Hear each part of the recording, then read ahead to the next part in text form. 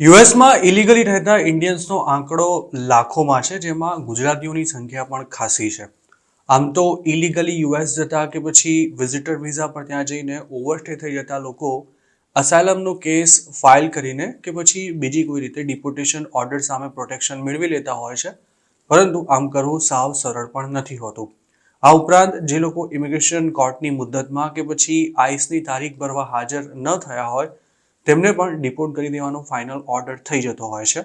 અને એકવાર જેનો ઓર્ડર ઇસ્યુ થઈ જાય તેના માટે તેની સામે પ્રોટેક્શન મેળવવું ખૂબ જ મુશ્કેલ છે, જેમાં ક્રાઇમ કરતા લોકોનો પણ સમાવેશ થાય છે.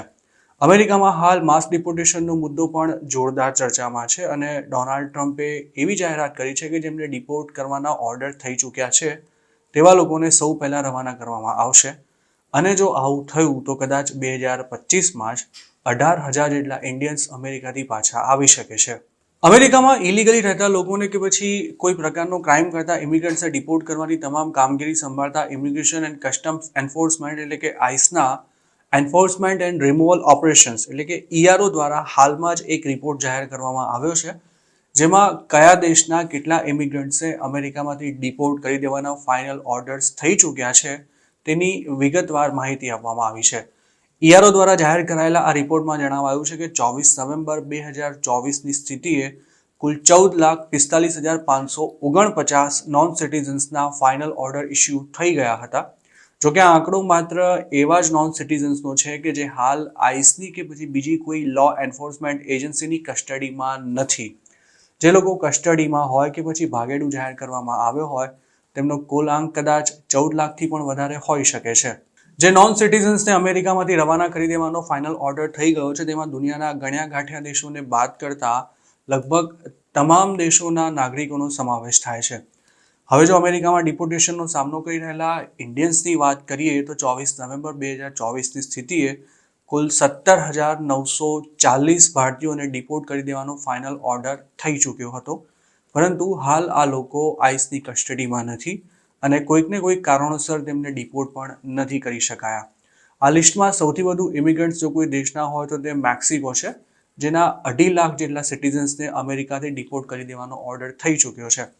આ સિવાય ભારતના પાડોશી દેશોમાં શ્રીલંકાના 3,065, પાકિસ્તાનના 7,760, બાંગ્લાદેશના 4,837, નેપાળના 1,365, જ્યારે ચીનના સૌથી વધુ 37,908 સિટીઝન્સને અમેરિકા છોડવાનું કહી દેવાયું છે. અમેરિકાના ઇમિગ્રેશન લોના ટાઇટલ 8 હેઠળ આઈસ જે નોન સિટીઝન્સને ડિપોર્ટ કરવાનો ફાઇનલ ઓર્ડર થઈ ચૂક્યો હોય તેને અમેરિકાથી ડિપોર્ટ કરી શકે છે, પરંતુ આ કામગીરી માટે તેને અમુક ચોક્કસ પ્રોસેસ ફોલો કરવાની હોય છે, જે પૂરી થયા વિના કોઈનું પણ ડિપોર્ટેશન શક્ય નથી. આ સિવાય જો ડિપોર્ટેશન ઓર્ડર બાદ કોઈ ઇમિગ્રન્ટ અસાયલમનો કેસ ફાઇલ કરે કે પછી ડિપોર્ટેશન ઓર્ડરને ચેલેન્જ કરે તો પણ તેને ડિપોર્ટ કરવાની કામગીરી તે સમય દરમિયાન રોકાઈ જાય છે. જોકે તેમને ડિપોર્ટેશન સામે કોઈ પણ પ્રકારનું પ્રોટેક્શન મળી શકે તેમ ન હોય તેવા એલિયન્સને તેની કન્ટ્રી સહકાર ન આપે તો તેને ડિપોર્ટ કરવું પણ મુશ્કેલ બની જાય છે. રિમૂવલ પ્રોસેસના ભાગરૂપે જે ઇલીગલ ઇમિગ્રન્ટને ડિપોર્ટ કરવાનો હોય તેની હોમ કન્ટ્રીએ તે પોતાનું સિટીઝન છે તે કન્ફર્મ કરવું પડે છે, તેની પૂછપરછ કરવી પડે છે, તેને અમુક નિશ્ચિત સમય મર્યાદામાં ટ્રાવેલ ડોક્યુમેન્ટ પણ પ્રોવાઈડ કરવા પડે છે અને છેલ્લે તેને પોતાના દેશ મોકલવામાં આવે ત્યારે તેને હોમ કન્ટ્રીએ એક્સેપ્ટ પણ કરવું પડે છે. જો કોઈ કન્ટ્રી ડિપોર્ટ થનારો ઇલીગલ ઇમિગ્રન્ટ પોતાનો સિટીઝન છે તેવું સ્વીકારી લે તો તેને અમેરિકાથી પરત લઈ જવાનો ખર્ચો પણ તે જ દેશને ભોગવવો પડે છે, જેના કારણે ઘણા દેશો તેમાં સહકાર ન આપતા હોવાથી તેમના સિટીઝન્સને ડિપોર્ટ કરવાની પ્રોસેસ ખૂબ જ મુશ્કેલ થઈ જાય છે. રસપ્રદ વાત એ છે કે આઈસે ડિપોર્ટેશન પ્રોસેસમાં સપોર્ટ ન કરતા હોય તેવા 15 દેશોની યાદી પણ જાહેર કરી છે, જેમાં ચાઇના અને પાકિસ્તાનની સાથે સાથે ઇન્ડિયાનો પણ સમાવેશ થાય છે. ઇલીગલ ઇમિગ્રન્ટ્સ પ્રત્યે આકરું વલણ ધરાવતા ડોનાલ્ડ ટ્રમ્પે આ મામલે કોઈપણ સમાધાન ન કરવાની વોર્નિંગ આપીને પોતાના પાડોશી દેશો મેક્સિકો અને કેનેડા પર 25% ટેરિફ ઝીકવાની ધમકી આપી દીધી છે. અને આ સિવાય જે દેશો યુએસમાં રહેતા પોતાના નાગરિકોના ડિપોર્ટેશનમાં સહકાર નથી આપતા તેમના પર પણ ટ્રમ્પ પ્રેશર લાવવાની તમામ તૈયારીઓ કરી ચૂક્યા છે.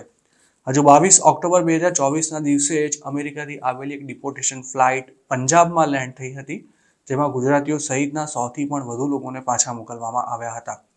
હાલની સ્થિતિ જોતા લાગી રહ્યું છે કે ટ્રમ્પના સત્તા પર આવ્યા બાદ ઇન્ડિયા આવનારી ડિપોર્ટેશન ફ્લાઇટ્સની સંખ્યા પણ 2025માં જ કદાચ વધી શકે છે.